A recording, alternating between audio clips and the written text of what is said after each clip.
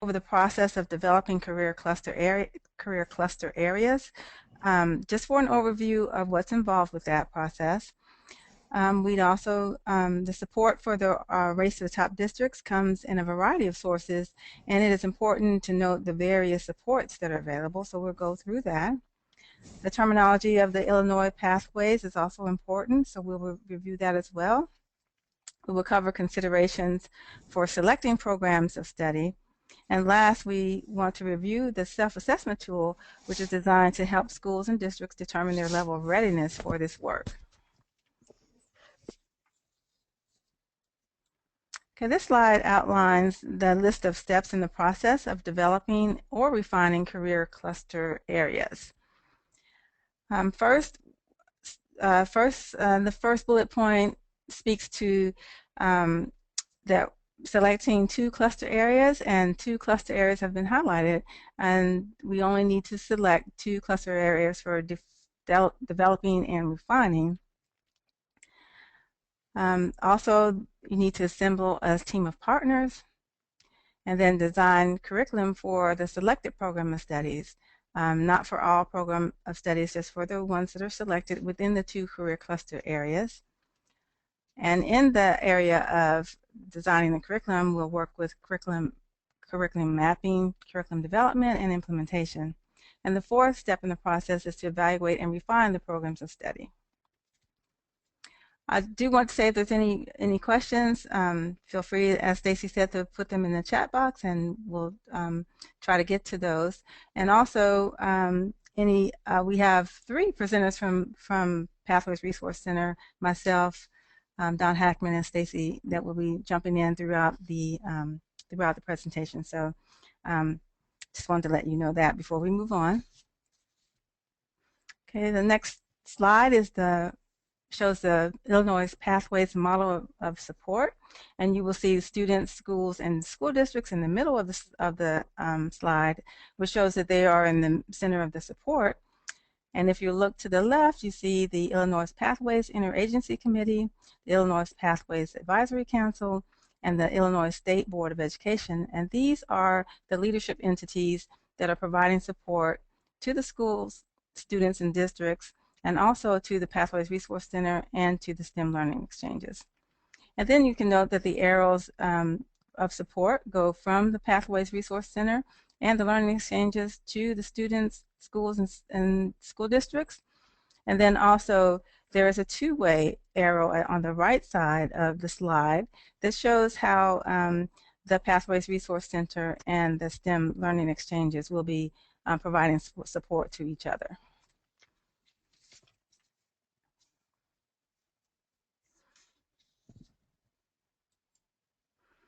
All right, the goals of the Pathways Resource Center are listed on this slide, and it outlines the goals of the Pathways Resource Center. We like to become a vehicle for change in P20 education that will be happening in Illinois over the coming years.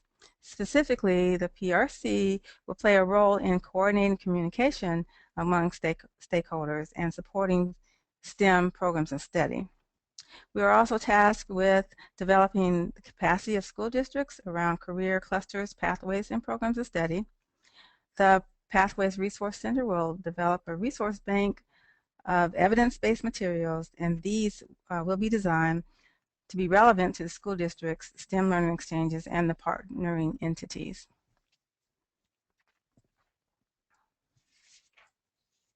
This is our Pathways Resource Center timeline. Over the next several months, it lists the activities that we will be involved with. And if you look, the first slide, this first bar here, it shows a conference call that we've had with a sample of districts already, and some of you may have participated on that call. And then this is the first of the self-assessment webinar series, and the PRC website is scheduled to launch later this month. And then the next bar, in February through March, there are 3 activities listed there, and we'll continue with the webinar series, and I think our next one is scheduled for February 15th. There's the Scaling Up Pathways to Results Conference in March, and then we'll begin posting the relevant external funding opportunities on the PRC, on the Pathways Resource Center website in February through March. And then through April through May, we'll have materials on curriculum reform available. There'll be some regional meetings that will begin during that time period, and then the consultants will be dispatched to support the districts. June through August, there will be a Pathways Results Institute. We'll be continuing the consulting with the districts. There are preliminary plans for the Administrator Academy, and then we'll also provide support to STEM learning exchanges and considering sources of external funding.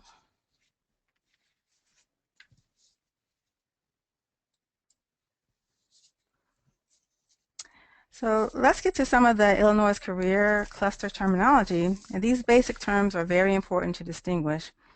So we have the essential knowledge and skills, the CTE areas, the cluster areas, also career pathways, and the career program options for program of study. And more on this information is available on our website. And then also later I have a graphic that shows these I'll be discussing that in a few moments. But it might be important to note the number of areas that will help you keep these different terms separated or distinguished between those terms. So go on to the next slide, and I have the definitions here. And this may be a review for some of you, but the language is not always used consistently, so it's good to review the definition so we're all on the same page. So the essential knowledge and skills are consistent with the Common Core state standards and serves as a basic knowledge to prepare students for success in college and careers. And then the career areas are groups of occupations and industries with a common foundation of knowledge and skills, and there are 5 of those. The career clusters are multi-year programs of academic and career and technical content that prepares students for post-secondary options, and there are 16 of those. Career pathways, there's 79 of those career pathways, and they're non-duplicative progression through secondary and post-secondary elements. And these include academic and career and technical education.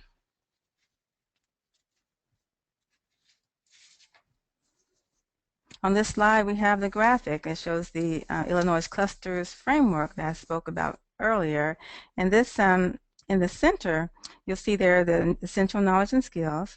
And then you see the 5 CTE areas around that. And then each area is color-coded, and you see the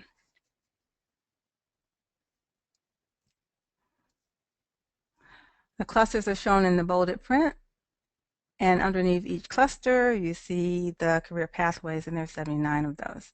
So if you look at the legend here, it kind of, the number 1 and number 2, 3 and 4 show the career clusters and the career pathways. So that might be helpful for you to keep some of these terms distinguished. And then we have the Illinois Pathways Initiative. And these are the Race to the Top clusters, and the Race to the Top clusters are based on the Illinois Pathways Initiative, the 9 areas there, and the learning exchanges are also based on these 9 areas. So this next slide shows the alignment between the Illinois cluster model and the Race to the Top areas. So you see that there are 9 Race to the Top areas listed here, and then their corresponding,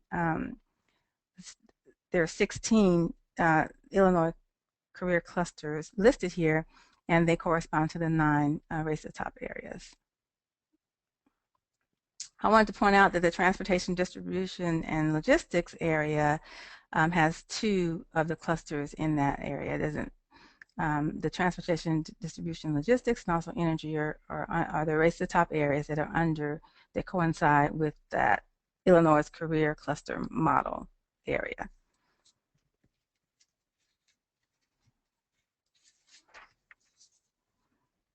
Okay, this is our first polling question. And at this point, you get a chance to interact with us around this question. And the question is, which Illinois career cluster is not included in the Race to the Top career clusters? Um, you may launch the poll. I think the poll is being launched right now, and you should be able to select your answer. And I'll give you a few minutes for everyone to select their answer.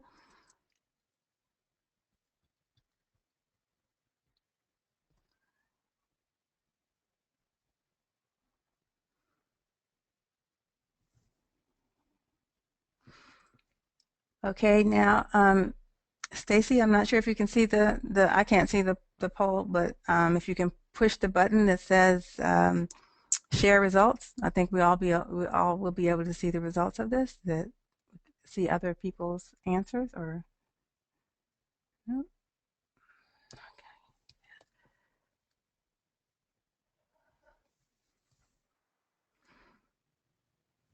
Okay, and the correct answer is hospitality and tourism. So I can't see them on my end. This is rather small. I can't see the percentage. Sorry, I'll help you out because I can see it on my screen. Okay. 95% of the people who voted in our poll had hospitality and tourism as the answer. All right. Okay. Thank you, Stacy. Sure. Um, all right, now this is the.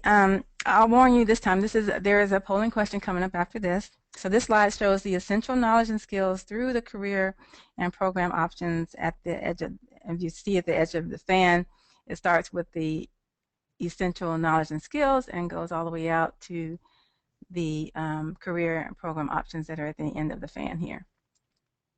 Okay, and you can see that the program of study runs from essential knowledge and skills all the way out to the career and program options. So the program of study covers secondary curriculum all the way through to post-secondary curriculum. Okay, and you also have the legend here that kind of points out where everything is located on this fan.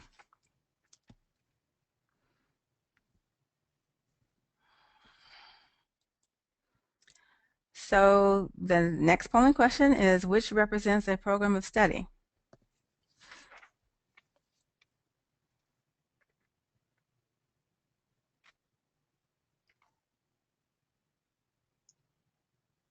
And the If poll should everyone, be showing up on your screen.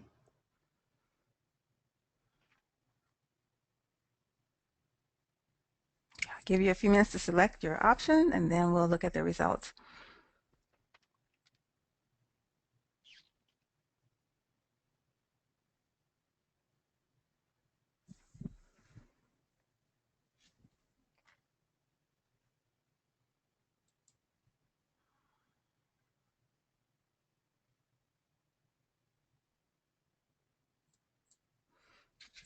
I'm going to close the poll in just a few seconds.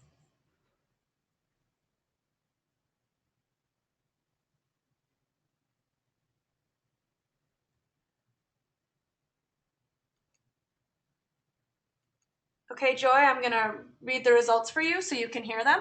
Is that okay? That's fine. All right, we have 63% of respondents chose agricultural education, 6% chose plant systems, 13% chose turf management, and 19% chose none of the above. Now the answer is none of the above. Okay, so we will move on here, and I'll just say that the program of study is the arrow here, and we have to show, I guess a good segue to this is to show you a sample of a program of study, which is the next slide. And if you'll see, this is a sample. This is a blank program of study, and what you would. Joy, Yes. sorry to interrupt, but let's go back to that last slide and show for them what the correct answer is, and maybe you, with your arrow, show how that's the program of study. Okay. Or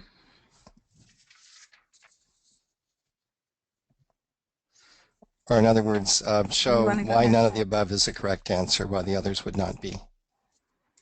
Don, if you want to go ahead and, I'm not sure. Wait, so the agricultural education is this. This is 2. So that's the This career is cluster area. the, right, and then the plant system B is here, which is under the career pathways. All right, and then the 3 is a career cluster right here. And then the essential knowledge and skills is right here. So the program of study just is a non-duplicative set of courses that start with essential skills, moving all the way out to the post-secondary. These are the post-secondary. Yeah, and actually, I'm sorry to interrupt. The reason I'm saying that is actually turf management is the correct answer because turf management takes us out to the program of study area. So my apologies for interrupting, but we do need to have clarity on that, and we can show that with the next slides as well, too. Okay, all right. Well, I apologize for that mistake, but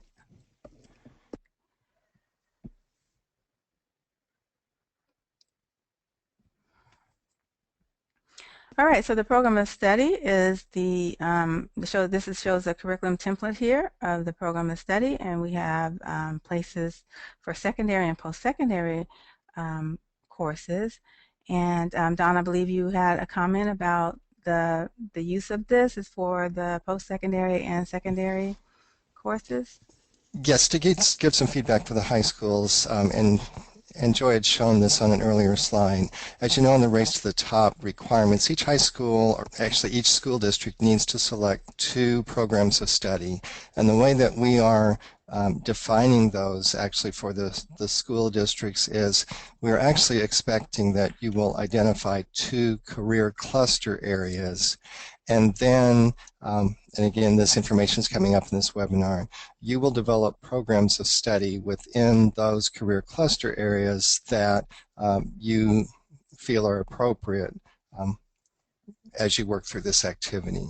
So the program of study curriculum template that you see here is something that will be a guide for you to use, and you can see here that you'll think through what are the secondary grades 9, 10, 11, 12 courses and work experiences, other experiences that are appropriate within this program of study that you are designing. You'll also work with your community college and business partners to determine any other post-secondary courses that would be required to satisfy this program of study as well. Obviously, the high schools will not develop all of those post-secondary courses, but they do need to see how the program of study aligns from the high school through the post-secondary opportunities as well too. So we will have a lot of resource materials for you over time, but this is just an example on this slide of the blank curriculum template that you can use to assist you with developing the identified programs of study that you choose to work on within each of your 2 career cluster areas.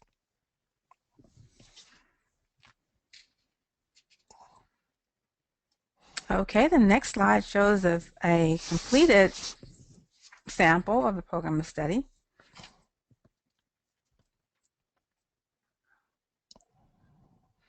And Don, you have any things you need to point out with this one, with this slide? And there's a second one as well, a second sample as well.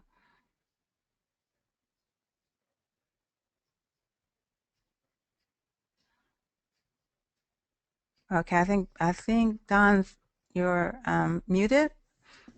Oh, let me. Okay. Does this work now? Yeah. My apologies. This is a sample from Land Lake College. It's a building construction technician program of study. Now, note here that they have included some information at their community college. They've included some general information for the high schools. Keep in mind, of course, the community college cannot design the specific courses for each high school, but you at the high school level can use this to begin to think through what are our required courses, what are elective courses, what are our specific courses within our high school that we would build into this program of study. So again, it's just a sample so that you can see one example. And Joy, why don't we go ahead and go to the next slide, which has another sample. There you go. This is a sample. that also shows surgical technology. So you can see in this example how the high school suggested coursework would look, and then you can also see the post-secondary coursework too. Again, we'll provide other examples for you as you work to begin to develop your programs to study, but we at least want to give you a couple examples of a curriculum template in a couple of different programs of study.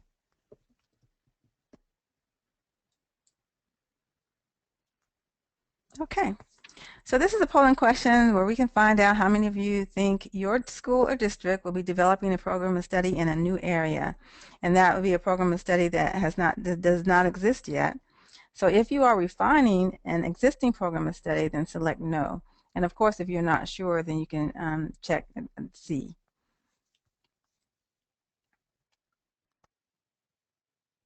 I think the poll is open, and you can go ahead and select your answers.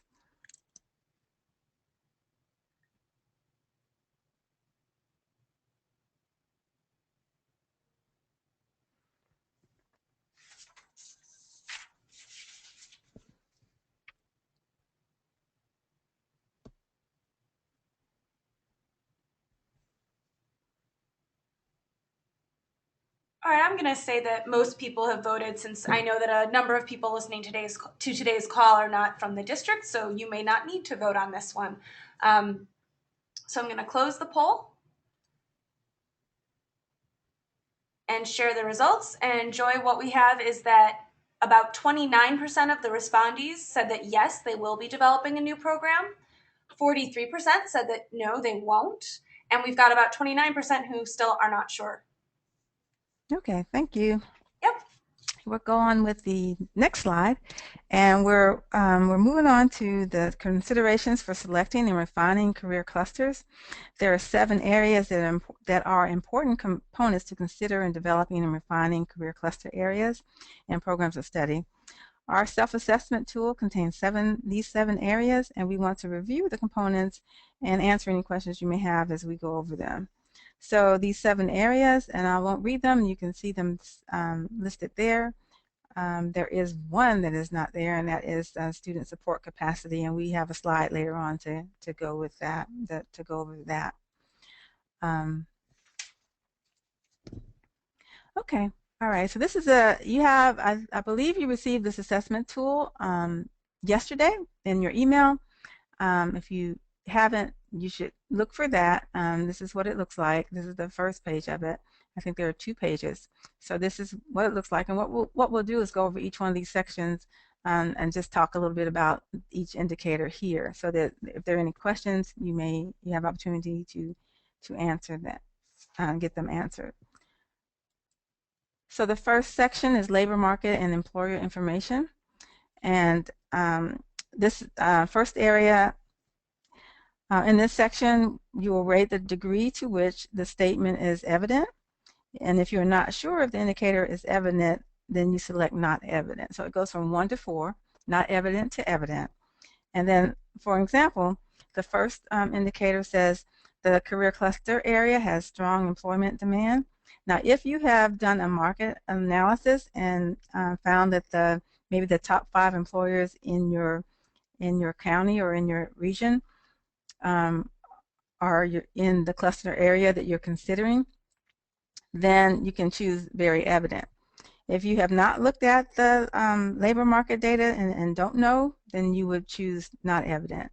And then another situation is if you have looked at it and the cluster that you want to work on is not one of the top 10, then it's still the top 10 employers in the area, then you would still choose not evident, or one of the, however, 2 or 3, depending on what your district, or your county, or your region, depending on the labor market employer information.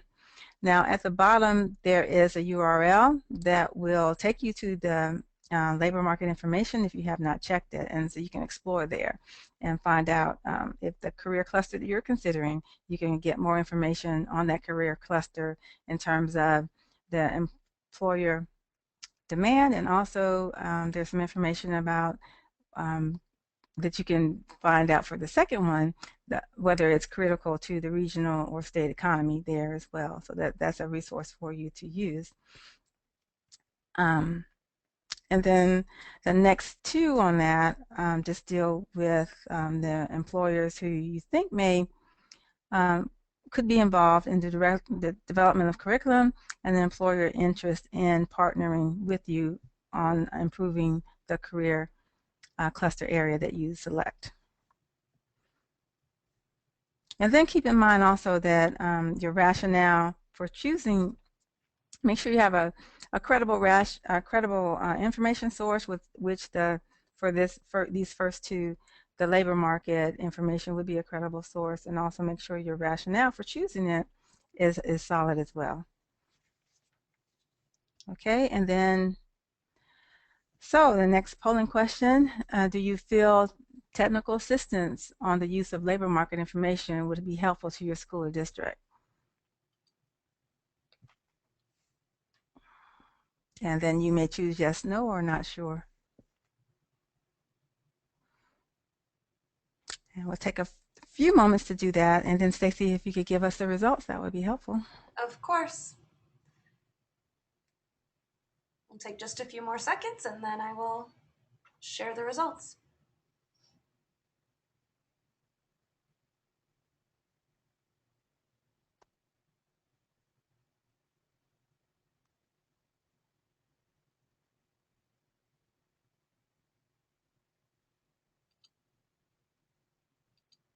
Okay, so it looks like a large majority of the people on the call who responded to this poll would feel that technical assistance would be helpful. So we have 83% who answered yes, and then 8% for no and 8% for not sure. So again, we have a vast majority of districts who are expressing that yes, technical assistance would be something that they would find very helpful. All right, thank you. We'll move on to student interest. And for student interest, again, you're rating the extent to which the statement is evident. You can circle very evident if your district has the first section says inventories of career interest indicates student interest in the career cluster area. If your district does not do inventories, then of course you would choose not evident, and if you do, then and you use them quite often, then you would choose very evident. And then these other indicators listed deal with prerequisite technical skills of students, the enrollment data that could provide some information as to student interest, and then also pre-registration records that could provide some information regarding student interest. So our next polling question is, has your district used inventories or assessments to assess student interest in career clusters?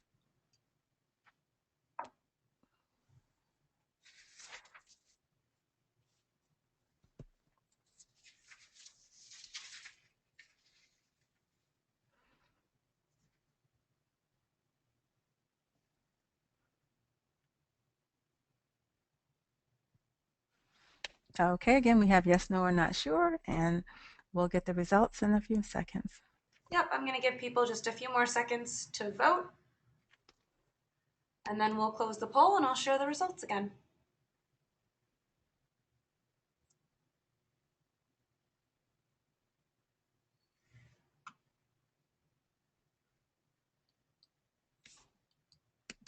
Okay, so in the answer to the question, has your school district used inventories or assessments to assess student interests in career clusters? 45% of you said yes, you have. 36% said no, and about 18% said not sure. So looks like just a little bit under half of you have been using or have used assessments and inventories to look at your student interests in career clusters. Okay, the next area on the self-assessment tool is district capacity. And with this, we're looking at whether your administrators and policymakers are familiar with the cluster area, the support of administrators and policymakers for the cluster area, faculty dedication and support for the development of the cluster area, and then of the career cluster, and then also whether needs assessments indicate that training and development are needed by the district or school staff. There's not a polling question for this. We're going to move on to partnership, and then there'll be a question about these last three altogether. Okay, so the partnership capacity deals with identifying the critical partners. If you've done that, and if you've done it in a manner that is that maybe you've done a survey of your partners and identified some that will be willing to help, then you would choose very evident. If you have not assessed or thought about what critical partners could help you in your career cluster development, then you would choose not evident. Okay, and then we also have the whether the critical partners have agreed to fully participate, whether a team has been established or not, and whether a connection has been made with the appropriate learning exchange for your career cluster, and then the connections with community-related organizations as well.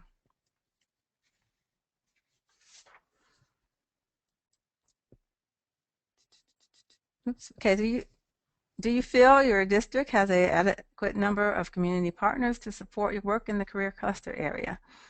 That's our next poll.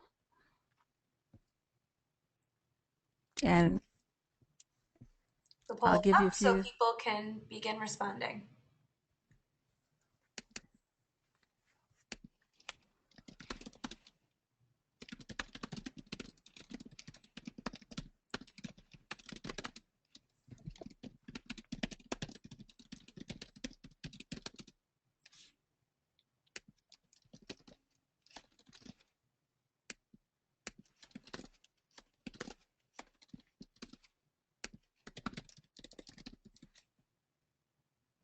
Okay, we should have the results in a few seconds.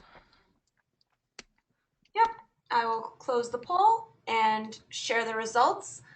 So 69% of you expressed that you do have adequate partners, but more are needed. And 31% said you do not have enough willing partners. And nobody felt that they had more partners they can work with. So everybody, whether you feel you have some or not, are looking for more. So that's great.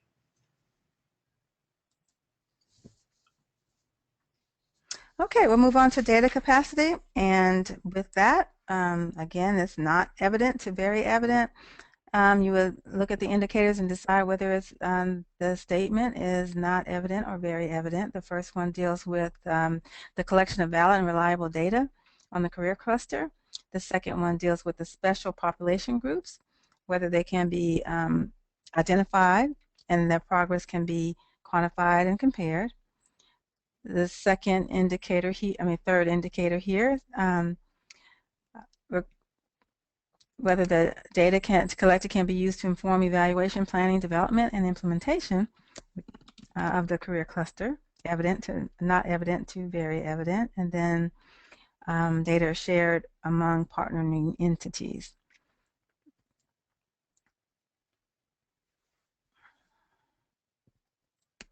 Okay, for the next section is curriculum development, and for curriculum development, we are looking at the secondary and post-secondary curricula and seeing if they're aligned to Common Core, state, and national standards.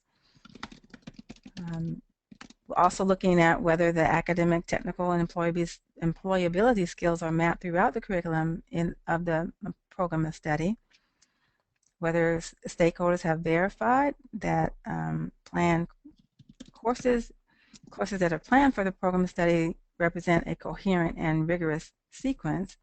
And then also the last indicator speaks to dual and articulated credit courses at secondary and post-secondary institutions. We're on to student support capacity. Students are provided with opportunities to explore their career interests. The second bullet speaks to an advising program in place, and then you look at strategies to recruit, enroll, and retain students in the cluster area, and it focuses on underserved, underrepresented, and special special populations. The fourth bullet deals with support services in the career cluster area, and this indicator helps you to reflect on both student and family perspectives in addressing the education and education and transition. The last bullet speaks to processes that are in place for career and cluster area to assist students to overcome barriers and to initial entry and reentry into secondary and post-secondary education. So our next polling question: in which area do you feel technical assistance is needed, is most needed in your school district? And the polling questions has the if we launch the poll, it has your options there: data capacity, curriculum development, student support capacity, or all of the above.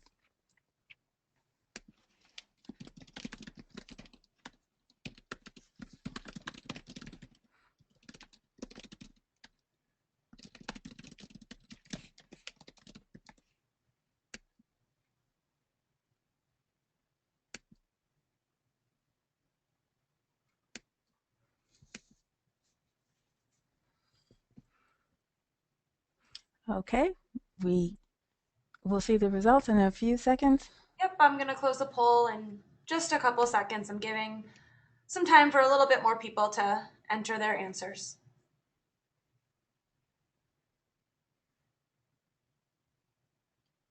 Okay. So the results are as follows. 15% of you chose data capacity, 23% curriculum development, 8% student support capacity, and the large majority, 54% of you, indicated all of the above, that you felt you needed technical assistance in all the areas, which is good for us here at the Pathways Resource Center to know. Okay, thank you. We are coming to the end of our slides here, and I wanted to look at the next steps that we need to do for the ratings and the self-assessment tool. We'd like for you to take the tool that we sent and discuss your ratings with the appropriate school or district. If there's other people that need to be involved in the conversation around some of those indicators that were on the self-assessment tool, we'd like for you to have an opportunity to speak with those people.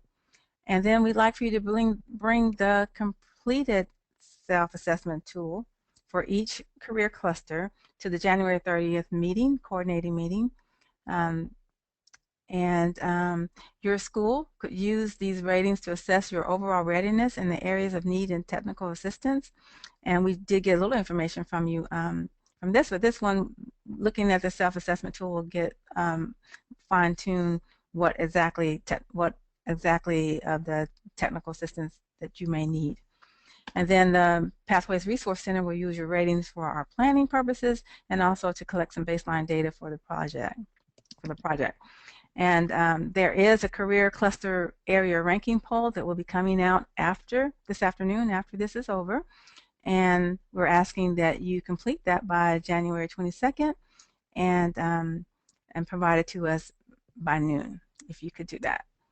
Joy, can I jump in for just a moment? Yes, go ahead.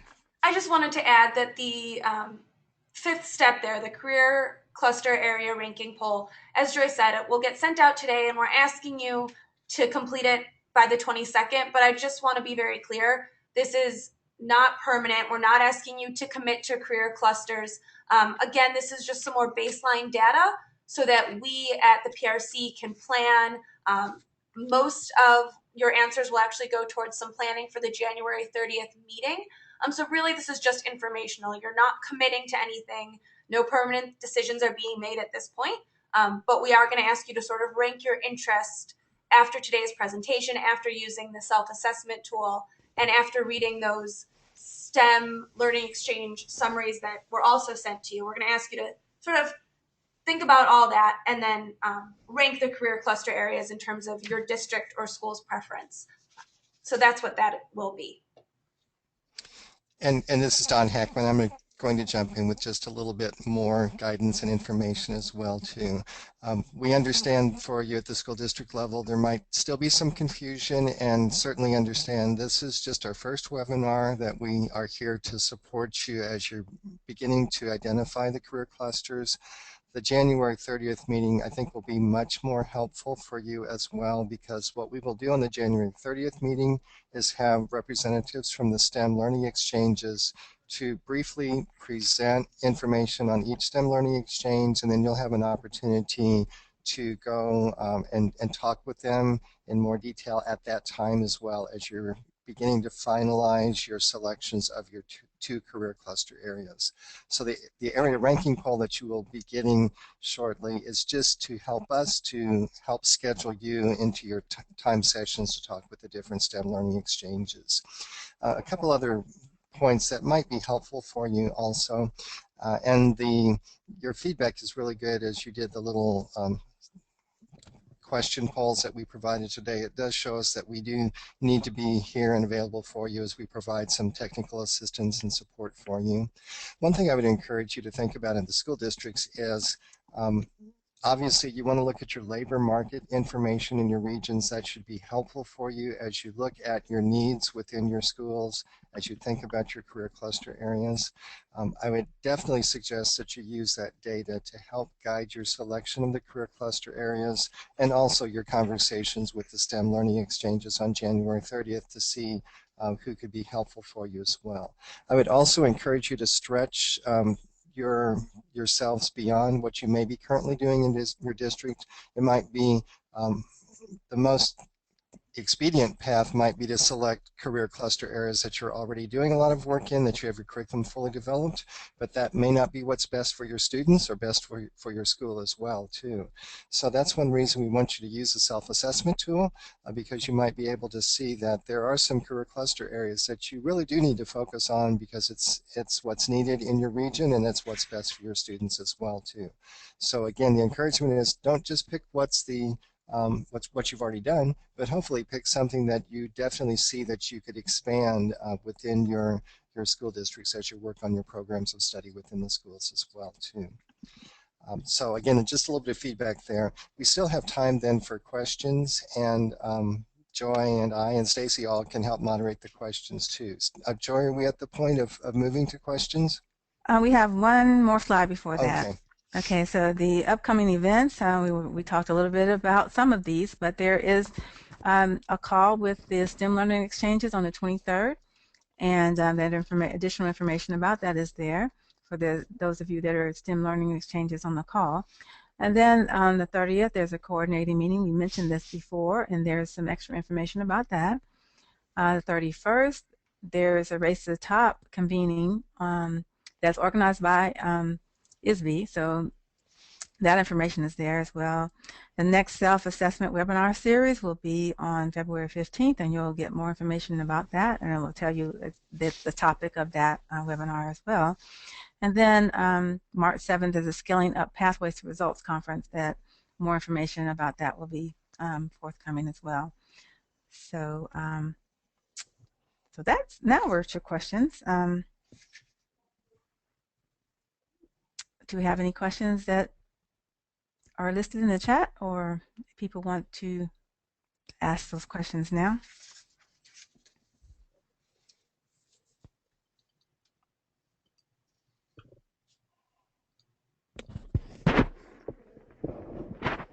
We do have a question that I got via a chat that's asking when and where this PowerPoint will be available. We will archive the entire presentation shortly after we finish today, and then I will make sure to send out a follow-up email and let you know where you can download it and have it for your own records.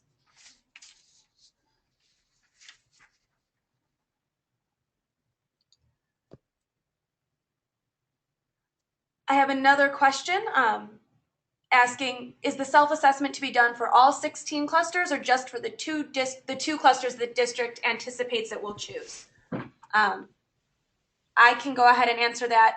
You should do the self-assessment for the two clusters that you anticipate choosing, but as you go through it, if you find that one of these clusters really isn't a great fit for your school or district, we would encourage you to go ahead and do a third or a fourth or as many as it takes for you to really find the one that is a good fit for your students and for your region, and that really appears strongly after you finish that self-assessment. And then following up on that, if you've identified 2 career cluster areas that you are thinking that you will want to work on for this project, bring those to the January 30th meeting. So if, let's say, if you've done one for all 16, you're definitely an overachiever and you'll get the gold star, but we only need to have you bring those career cluster areas that you really are seriously interested in as you come to the January 30th meeting.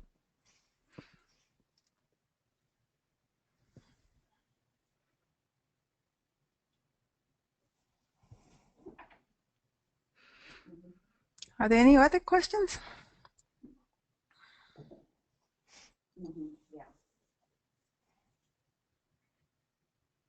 I'm not showing any that have been sent to me via chat.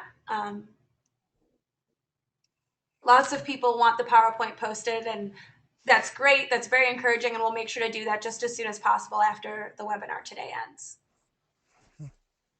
Okay. Well, our final slide, if there are no other questions, this is our contact information for the co-directors, Deborah Bragg and Don Hackman, and also the project coordinator, and as well the research specialist, which our email addresses are all listed there. And then we also have a physical address and phone number listed. So we thank you for attending the webinar. I don't know if anyone else has anything they want to say as closing remarks. They are welcome to. I agree to say yes, thank you to everyone for joining us today. Certainly, if you do have questions, and I'm reflecting on the need that many districts have said, yes, we need technical assistance. I would encourage you to send me an email, again, dghack@illinois.edu, regarding questions you might have about technical assistance.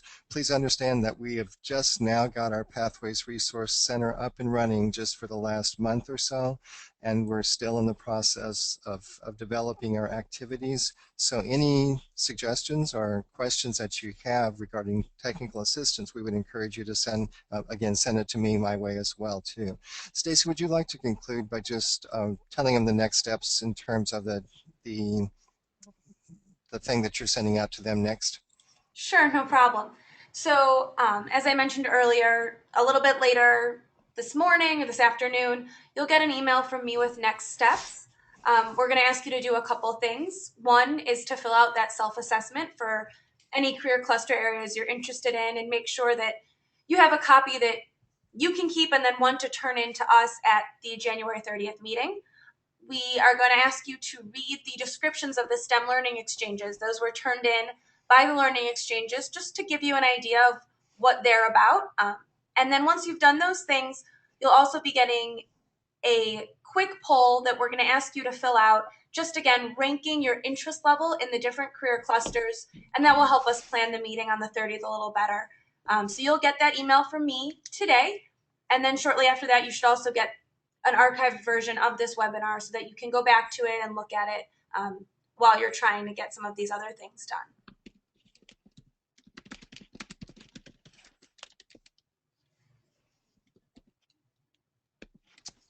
And I think with that, we can conclude for today. So thank you again for everyone joining us today, and we hope to see you all at our January 30th meeting that's coming up. Thank you again.